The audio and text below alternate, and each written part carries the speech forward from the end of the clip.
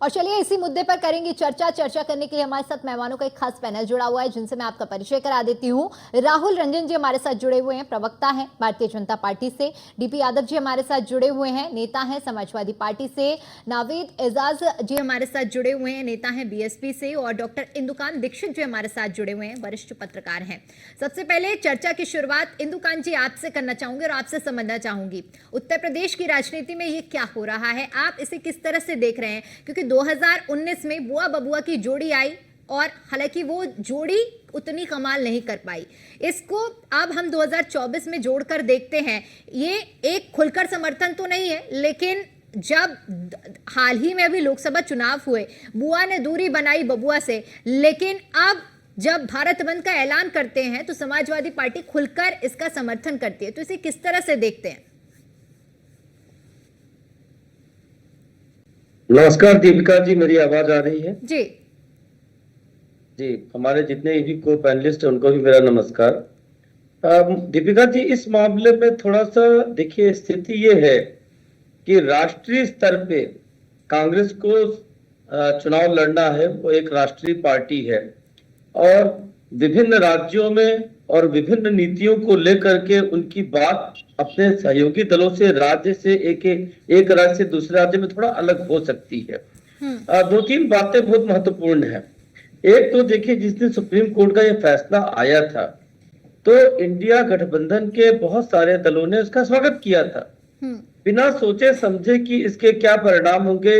ये उनके राजनीतिक हित में है, देश के हित में है कि अहित में है। मैं उदाहरण के तौर पे आपको कोट करता हूं। कांग्रेस के कई नेताओं ने, इंडिया गठबंधन के प्रमुख सहयोगी शिवसेना ने, उनके नेताओं ने खुलकर कहा था सुप्रीम कोर्ट का फैसले का हम स्वागत करते हैं। लेकिन जब उन्हें समझ में आया कि इसमें क्रीमी लेयर की बात है तो लोग बैकफुट पे आ गए और कई लोग जो उस समय समर्थन कर रहे थे अभी तक खुलकर अपनी बात अब कह नहीं पा रहे। अब मुद्दा ये है कि उत्तर प्रदेश में क्या स्थिति है। देखिए, मैं हमेशा से मानता हूं कि जिन दलों का वोट बैंक कॉमन है, आज नहीं तो कल उनके में आपस में समन्वय की स्थिति बनाने में बहुत कठिनाई होगी। जैसे समाजवादी पार्टी और कांग्रेस दोनों की निगाह मुस्लिम वोट पे होती है।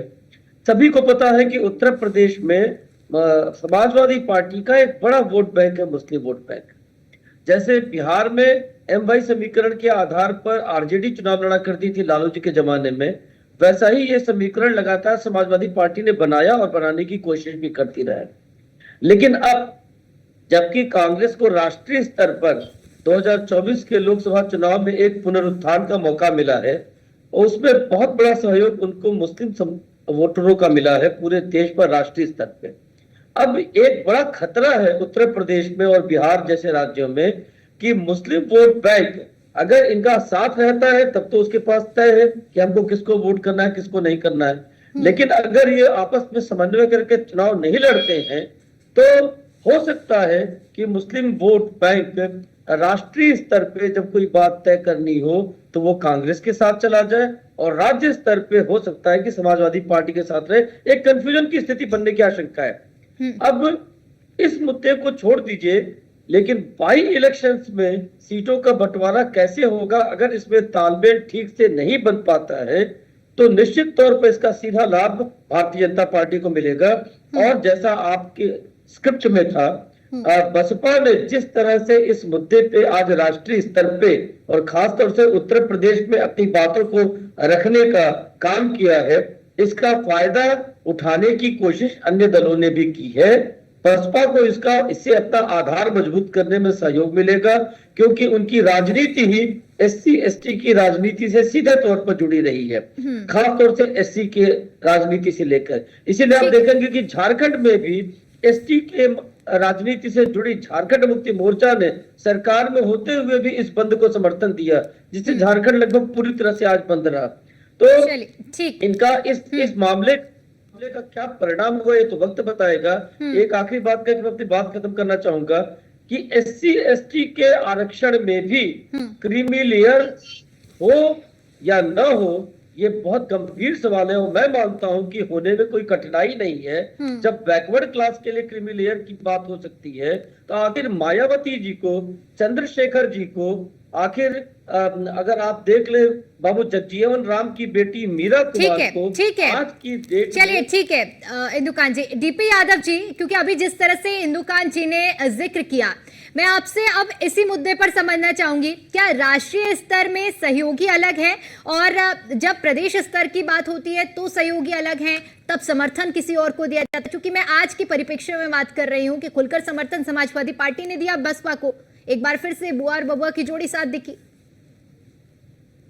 देखिए, समाजवादी पार्टी की अपनी विचारधारा है, समाजवादी पार्टी अपने सिद्धांत पे चलती है। समाजवादी पार्टी कहीं ना कहीं इस देश के दलित, पिछड़े, अल्पसंख्यक के हक हुकूक की बात करती है। समाजवादी पार्टी चाहती है कि दलितों, पिछड़ों, अल्पसंख्यकों के साथ सामाजिक न्याय हो, जो सदियों से पिछड़े हुए हैं। देखिए, इस देश में आर्थिक, सामाजिक और राजनीतिक गैर बराबरी से बड़ी समस्या न पहले कभी है, और मैं आपको बता दूं आज की तारीख में भी इससे बड़ी समस्या कोई नहीं है। अगर सभी लोग सामाजिक, आर्थिक और राजनीतिक रूप से मजबूत हो जाएंगे तो निश्चित रूप से ये देश दिन दुनी रात चौगुनी तरक्की करेगा, कोई भेदभाव नहीं रहेगा। तो आज देखिए, समाजवादी पार्टी ने कहीं ना कहीं जो आरक्षण को निगलने की बात थी, जो आरक्षण को समाप्त करने की एक चाल है, उसके लिए देश में समर्थन दिया है। जो भारत बंद का आज आह्वान किया गया है, निश्चित रूप से समाजवादी पार्टी ने इसका समर्थन किया है। समाजवादी पार्टी की अपनी विचारधारा है तो समाजवादी पार्टी ने इसका समर्थन किया है। आज देखिए, जिस प्रकार से भारतीय जनता पार्टी हो या भारतीय जनता पार्टी का मातृ संगठन राष्ट्रीय स्वयंसेवक संघ आरएसएस हो, इन दोनों की कहीं ना कहीं नियत आरक्षण को लेकर के हमेशा से ही संशयात्मक रही है, संदेह के घेरे में रही है, और मैं कहूं नकारात्मक रही है। ये नहीं चाहते हैं कि इस देश में दलितों और पिछड़ों को आरक्षण के माध्यम से जो न्याय मिल रहा है, जो हक हुकूक मिल रहा है, वो जारी रहे। आरएसएस ने पहले भी कह दिया है कि आरक्षण की समीक्षा होनी चाहिए, आरक्षण पे कहीं ना कहीं बहस होनी चाहिए। इनके जो चीफ है मोहन भागवत ने इस बात को अच्छा कहा था डीपी जी, कहीं भी सुप्रीम कोर्ट में जब मामले की सुनवाई हुई, ऐसा तो नहीं हुआ ना कि आरक्षण खत्म करने की बात हो रही है? ओबीसी में भी क्रीमी लेयर का प्रावधान है ना, तो इसको इस तरह से क्यों आप लोग संदेश दे रहे हैं कि आरक्षण खत्म कर रहे हैं? चाहे आपने बीजेपी की बात की, आरएसएस की बात की, खत्म नहीं हो रहा है ना, यहाँ समझने की जरूरत है। क्रीमी लेयर और खत्म करना आरक्षण दो अलग बातें हैं, से समाप्त नहीं होती है। और विशेष करके राजनीति में इस देश के दलित और पिछड़े बहुत अच्छी तरीके से जान चुके हैं कि भारतीय जनता पार्टी सीधे आरक्षण को समाप्त नहीं करेगी, धीरे धीरे पर कतरना शुरू करेगी। तो राहुल जी, डीपी जी सीधे तौर पर आरोप लगा रहे हैं कि भारतीय जनता पार्टी और आरएसएस धीरे धीरे आरक्षण के पर कतरने का काम कर रही है, आरक्षण विरोधी है। आप क्या कहेंगे इस पर? मैडम, सबसे पहले तो मैं एक बात कहना चाहता हूँ, जो अभी कह रहे हैं बसपा और कांग्रेस और भारतीय जनता पार्टी पर ये जो आप आरोप लगा रहे हैं, आप और बहुत अच्छी पार्टी है, बसपा ने ये किया वो किया, फलाना ढिमका, नगाड़ा बजा रहे हैं। मैं आपको बता दूं, आज तक भारतीय जनता पार्टी ने कभी भी कहीं भी ऐसा प्रतीत होने नहीं दिया है कि आरक्षण कम हो या आरक्षण कहीं से समाप्त हो। आपको एक बात बता दूं, महिलाओं को जो पर्दा दिया है, हर घर शौचालय दिया है, उसके बाद आपकी जब सरकार रही है तो आपने क्या किया? आप एक बात बताइए, आप आरक्षण की बात करते हैं, आपने बाबा साहब के जितने भी आज तक तीर्थ हैं, जितने भी उनका पर्यटन स्थल है, कब उसको निर्माण करने का कोशिश किया? ये जिम्मेदारी हमने ली है और हमने इसे बखूबी बनाया है। आपको एक और बात बता दूं, आज आपने बोला है कि भारत बंद का समर्थन करना, मेरे हिसाब से उस वर्ग को आप छांट रहे हैं। आप भारत बंद करके आप व्यवसायी वर्ग को छांट रहे हैं, ओबीसी को भी आपने दरकिनार कर दिया, सारे लोगों को दरकिनार कर दिया। आप एक बात बताइए, समर्थन किस चीज का? समर्थन हम तो चाहते हैं कि जैसा चलता आया है वैसे ही चलता है। हम अपनी बड़ाई करने की अपेक्षा से यहाँ नहीं बैठे। हम चाहते हैं कि भारत बंद होने से बहुत सारी परेशानियां जो उत्पन्न हुई हैं आज, उस परेशानियों का कौन देखेगा? एक महिला है, उसको आज हॉस्पिटल जाना था, आज उसका सीरियस ऑपरेशन था, आज उसकी वजह से उसकी मृत्यु हो गई। इसकी जिम्मेदारी कौन लेगा? इसकी जिम्मेदारी तो कोई लेगा नहीं। भारत बंद, अरे भाई, सुप्रीम कोर्ट के निर्णय का न समर्थन ना करना वो एक अलग तरीका है, लेकिन उसका तरीका अलग हो सकता है। आप हर जगह ट्रक जला रहे हैं, टायर जला रहे हैं, कहीं लाठी फेंक रहे हैं, कहीं पत्थरबाजी कर रहे हैं, ये तो आप वही स्थिति उत्पन्न करना चाह रहे हैं जो जम्मू कश्मीर में स्थिति उत्पन्न हुई थी। ये आप यानी किसी सीधे चीज का तौर पर विरोध आप कह करें रहे हैं तो इस मुद्दे विरोध का के एक जरिए तरीका होना प्रदेश और चाहिए। देश का माहौल विरोध का खराब करने का तरीका प्रयास अपनाइए। कर रहे हैं, आपका आप सीधा दोनों कहना ये। चाचा बुआ मिल के अब मैडम और दोनों मिल के चाहते हैं कि भारत को एकदम ये इसमें ठीक है मौका नाविद जी, तलाश क्या रही है कहेंगे आप मैडम, इस मौका पर, तलाश क्या रही है। कहेंगे? उनका क्योंकि भाषण भी शुरुआत सुन तो रहा था। आप ही की पार्टी से हुई, मायावती ने ऐलान किया, बसपा सुप्रीमो की ओर से ये ऐलान होता है और उसका आज असर भी पूरा देखने को मिला, भारत बंद। अब क्या एक जिस तरह से सुप्रीम कोर्ट की ओर से जो निर्णय सुनाया गया है उसके बाद भारत बंद का ऐलान करना, और जिस तरह से अभी राहुल जी जिक्र कर रहे थे कि भारत बंद के जरिए लोगों को परेशानी भी हुई है, शांतिपूर्ण तरीके से बात रखी जा सकती थी।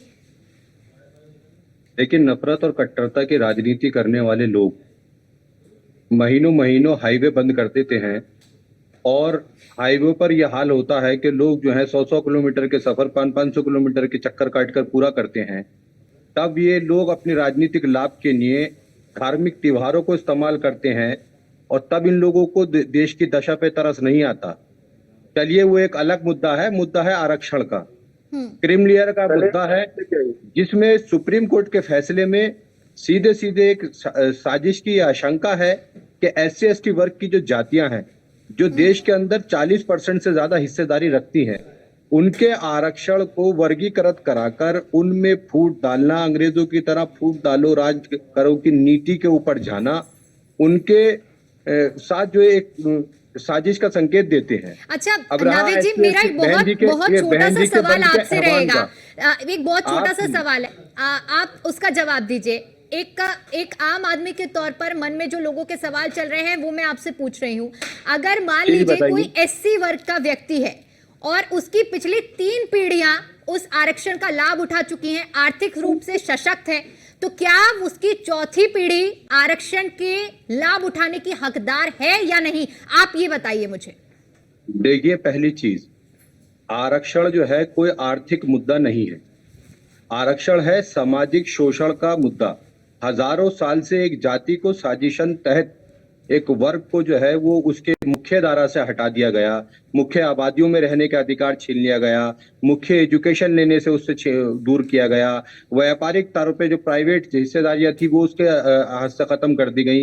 यानी कि आर्थिक दशा दिशा जिस वर्ग की खराब हुई, उस वर्ग के लिए जो राजनीति में देश आजाद कराने वाले लोग थे, महान लोग थे, विद्वान लोग थे, उन लोगों ने उन करोड़ों लोगों को जो भारत का खून है, भारत का DNA है, असली भारतीय हैं, उनको ऊपर लाने के लिए एक मानसिक पक्षपात है, उस मानसिक पक्षपात से उनको उभार कर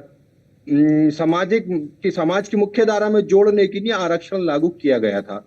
आप ये बताइए कितने प्राइवेट सेक्टर ऐसे हैं, स्पोर्ट्स है, सिनेमा है, व्यापार है, जिन पर एक बैंकिंग सिस्टम से होने वाले लोन है, सारी चीजों की समीक्षा कराई जाएगी तो पता चलेगा कि पिछले 70 साल के अंदर 90% लाभ उन चीजों का सिर्फ दूसरी जातियां ले रही हैं। आप मेरे सवाल को या तो समझ नहीं पाए नाविद जी, या तो आप उसका जवाब नहीं देना चाह रहे थे। मैंने आपसे सीधा सवाल पूछा था कि अगर कोई व्यक्ति है जिसकी 3 पीढ़ियां अगर उस आरक्षण का लाभ ले चुकी हैं, उनका देखिए बाबा साहेब अंबेडकर ने जब आरक्षण का प्रावधान जब संविधान में लिखा गया था तो यही हुआ था ना कि किसी का सामाजिक आर्थिक शोषण ना हो, एक समाज को उत्थान के लिए आरक्षण दिया गया था। आप मुझे करेक्ट करिए अगर मैं गलत हूं, लेकिन अगर किसी की 3 पीढ़ियां अगर लाभ उठा चुकी हैं, नाविद जी सवाल सुन लीजिए, अगर उठा चुकी हैं लाभ, तो क्या वो हकदार है चौथी पीढ़ी भी लाभ उठाने का? आप दीपक जी, आप जर्नलिज्म पर हैं, जर्नलिस्ट है, एक अच्छे काबिल जर्नलिस्ट है, आप आरक्षण का कारण पढ़िए कि आरक्षण आखिर क्यों दिया जाता है। आरक्षण देने का कारण आर्थिक नहीं है, आरक्षण देने का कारण है कि सामाजिक दशा और दिशा में जो लोग बहुत पीछे चढ़ गए, जिन्हें नीच और अछूत साबित कर दिया गया, कि पूरा विकास जो आरक्षण देने का मकसद ही क्या था। खैर चलिए, समय का अभाव है इसलिए मैं चर्चा को यही समाप्त करूंगी। आप सभी का बहुत बहुत शुक्रिया हमारे साथ चर्चा में जुड़ने के लिए और जानकारी देने के लिए।